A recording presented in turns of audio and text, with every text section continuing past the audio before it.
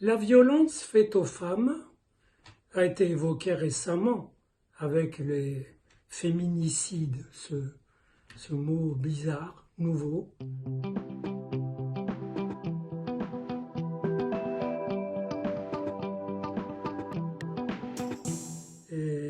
Mais qui exprime bien que voilà, certaines limites ont été atteintes.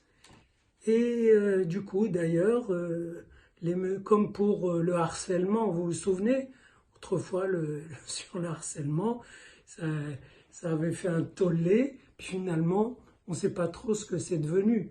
Les hommes ont tremblé, les femmes ont dit non, non, il ne faut pas trop les faire trembler. Et donc c'est très difficile de légiférer sur le rapport intime, hein, sexuel, familial, et c'est très difficile. Et pourtant, il y a quelques repères à avoir. C'est clair que certains hommes, ils ne mériteraient pas d'avoir une femme. Voilà, aussi bête que ça. Parce qu'une femme, c'est un être sensible, fragile aussi, très solide. Les femmes sont étonnamment partantes, même avec des mecs qui visiblement tiennent pas la route ou sont des brutes. Donc il y a un héroïsme féminin assez inconscient et magnifique, et en même temps que peut-être que la nature et l'espèce se défendent comme ça. C'est que sans cet héroïsme, peut-être que l'espèce se serait plus ou moins rabougrie. Vous voyez, il n'y aurait pas eu d'enfants. Voilà, il faut oser faire des enfants. Et donc, il y a une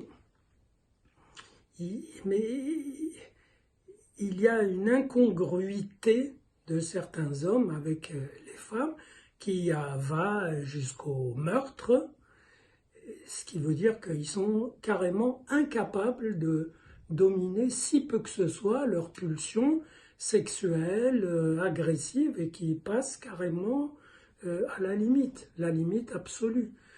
Et en même temps, vous doutez bien, on ne peut pas interdire à des gens, on ne peut pas dire, voilà, ceux-là, ils ne sont pas aptes à une vie de couple.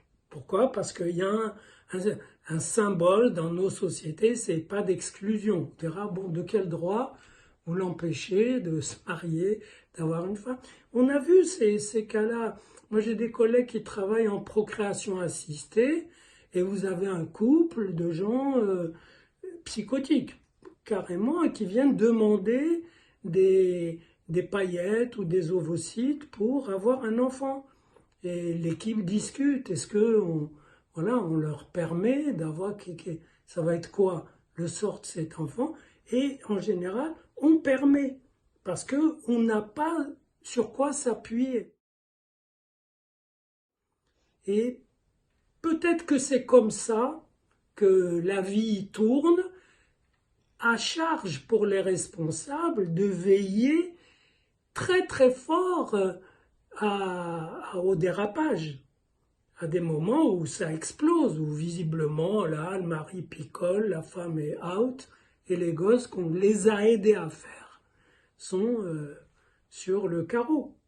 Donc le problème tient peut-être au manque de formation des responsables, vous voyez, qui font que pendant des années, des femmes appellent, ils me frappent, ouais, ça va, vos coucheries pour plus tard, etc. Je connais même un cas où la fille a appelé, a dit, voilà, je veux porter plainte, j'ai été violée par un jeune homme du quartier. Elle dit, oui, ben écoutez, mademoiselle, il faut les comprendre, ils sont très privés, ils arrivent de loin, donc ça peut être n'importe quoi. Formation, maturation des responsables.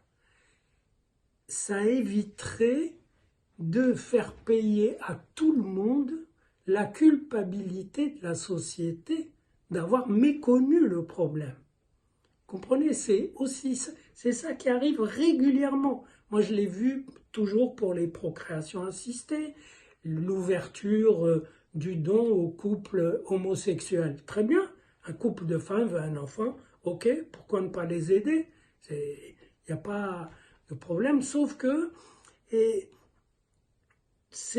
on les a tellement méprisés ou tellement persécutés ou tellement tenus à l'écart qu'on veut leur donner, qu'on veut remanier le tout, le statut de l'ensemble pour que eux puissent trouver la place qui soit la même que les autres. Ça donnerait pour les autres un livret de famille avec père 1, père 2, mère 1, mère 2. Vous voyez?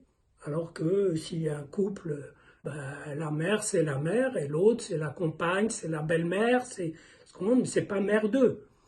Donc il y a une espèce de culpabilité des responsables qui sont prêts à payer, mais c'est-à-dire qu'ils sont prêts à faire payer la société pour être tranquilles avec leur mauvaise conscience, au lieu de se demander pourquoi il y a ceci, pourquoi cela, pourquoi ces violences. Les violences dans le couple, c'est un sujet immense. C'est rien de moins que le rapport entre un homme et une femme, sous le signe de l'amour, de cohabiter, d'être ensemble. Forcément, il y a des explosions. Et c'est là qu'on voit le niveau de dignité humaine de chacun. Les femmes peuvent être battues. Entre nous d'ailleurs, des femmes qui sont battues, certaines avaient parfaitement le moyen de le signaler. Donc si elles ne l'ont pas fait, c'est qu'elles considéraient que ça pouvait tenir encore et encore. Mais où est la limite? Donc il y a aussi parfois une part de l'autre. Mais les hommes aussi sont battus, entre guillemets, pas forcément comme ça, comme avec des coups de poing, encore que, il y a des cas, mais imaginez un homme à qui une femme fait un enfant dans le dos. Il a une déchirure côté paternité dans sa vie d'un bout à l'autre. Qu'il reconnaisse ou pas l'enfant. Qu'il le reconnaît, c'est l'enfant qu'il a été forcé de reconnaître, sinon il ne veut pas le voir. J'ai connu des gens à 80 ans, j'en ai vu un hier, qui n'a pas été reconnu comme ça. Donc il faut de la pensée pour ne pas réagir aux situations sur le mode personnel, subjectif, du genre « Ah ben j'ai rencontré des couples du même sexe, ça a l'air de bien se passer, et ben alors pourquoi on ne met pas la même législation ?» Vous voyez, pourquoi ne pas en faire plus, au lieu de simplement leur accorder un état civil, leur accorder tout ce qu'il faut, mais sans changer le statut des autres. Pourquoi les autres auraient dans leur livret de famille qu'ils sont père 1 et mère 1? Ça, c'est quelque chose. Donc, on ne réglera pas le différend entre hommes et femmes, on peut l'apaiser, on peut apprendre aux gens et surtout aux responsables à ne pas le résoudre par de la mauvaise conscience qui réagit et qui tord le bâton dans l'autre sens, et aux autres à l'affronter avec un peu de dignité.